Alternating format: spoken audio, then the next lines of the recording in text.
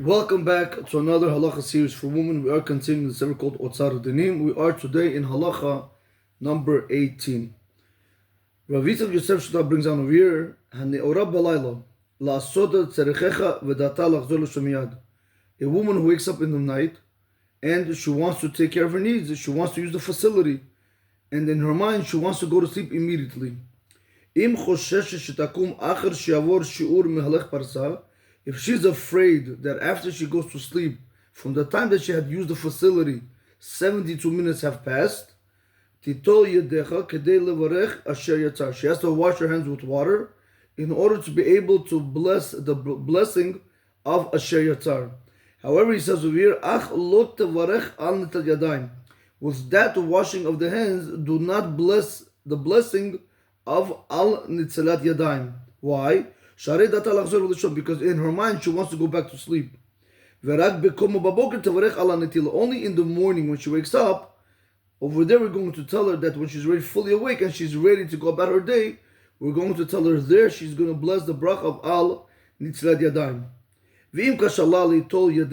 What happens if it's hard for her to wash her hands with water? It's going to disrupt her sleep. She should clean her hands with anything that cleans, meaning against the towel or against the bed sheet, like we explained yesterday. And then he says, in order to be able to bless the blessing of Asher Yatzar.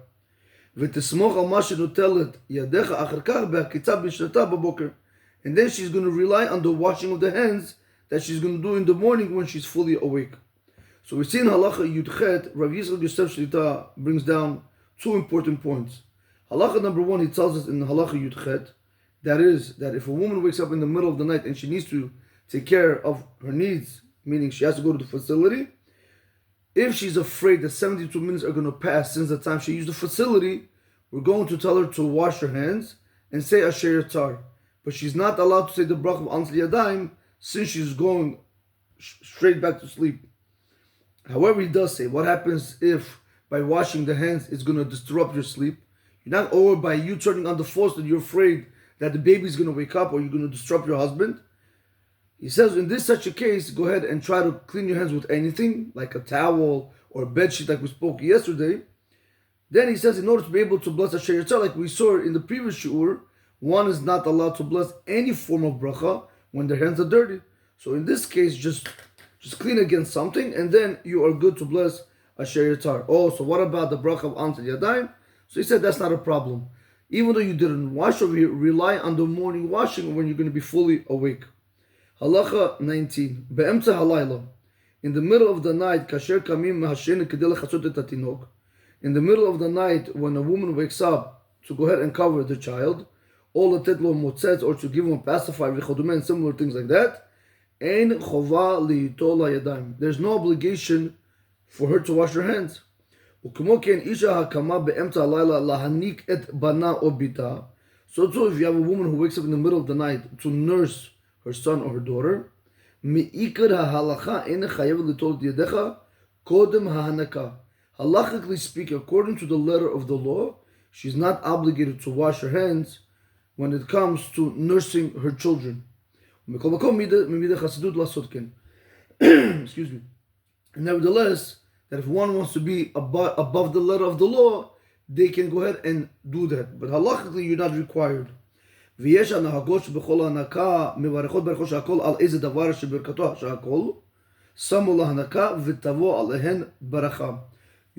here, you have some women that before they start breastfeeding their child, they say a certain bracha. Or even if they're using a bottle, doesn't matter. They want to say certain bracha. Why are they saying the bracha of shahakol close to the nursing? Because they want to be able to educate the child that the bracha really is going on the nursing. So when he grows up, he already knows how to say the brachot. Already from day one, you're ready to educate him. So that's what Rav Yitzchak Yosef says. You have some woman, right? They're going to take a cup of tea and they're going to say shahakol, but really she'll drink because she already said the bracha. But really she wants the shahakol to go for the nursing because she wants the child to hear the bracha. He says these type of women that do it, Hashem should shower them with blessings. However, he makes a very important comment and he says, Ach yesh lahem lizaher If the woman is not thirsty to drink water, let's say she doesn't have tea, she has water right now.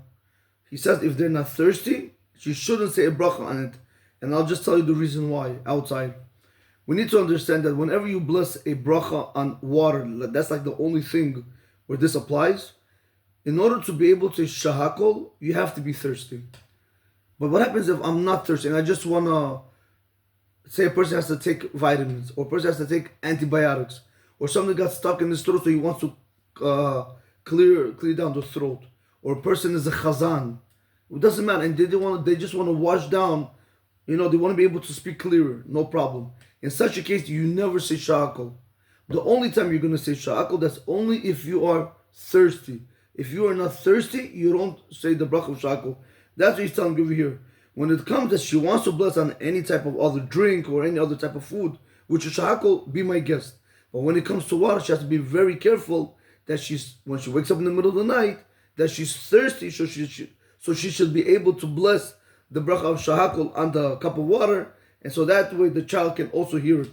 So we did see over here today, just a quick review, that if a woman wakes up in the middle of the night, she wants to use the restroom, and we said that if she's going immediately back to sleep, if she's afraid that 72 minutes are going to pass from the time when she used the facility, we're going to require her to wash her hands and bless the bracha of Asher Yatzar.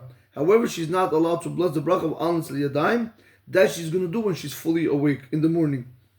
Then we did see what happens if by washing the hands, it's going to disrupt her sleep, or it's going to wake up the child, or it might even bother the husband. Whatever the situation is, if she's not able to wash her hands, we're going to tell her she's able to go ahead and clean her hands on anything like the bedsheet, the towel, or even on her pajamas. Anything is going to help. And then she can go ahead and say the bracha of Asher Yatzar and rely on the washing that she's going to do in the morning, when she's going to do the washing in the morning when she wakes up from her sleep.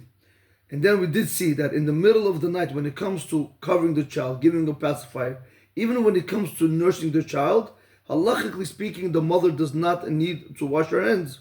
However, we did see, nevertheless, there is an act of piety that a person, if he wants to be above the letter of the law, the woman, she can go ahead and do it. And we saw a very important concept that even when you're feeding the child, nursing the child, and now you want to educate him with the bracha of sha'akol, make sure that when it comes to water specifically, that you're thirsty when you're saying sha'akol near bidvor. Because if you're not thirsty, you're not allowed to bless the bracha of sha'akol. You're going to have to use some other type of drink or some other type of food, which is going to go ahead and have the bracha of sha'akol on it.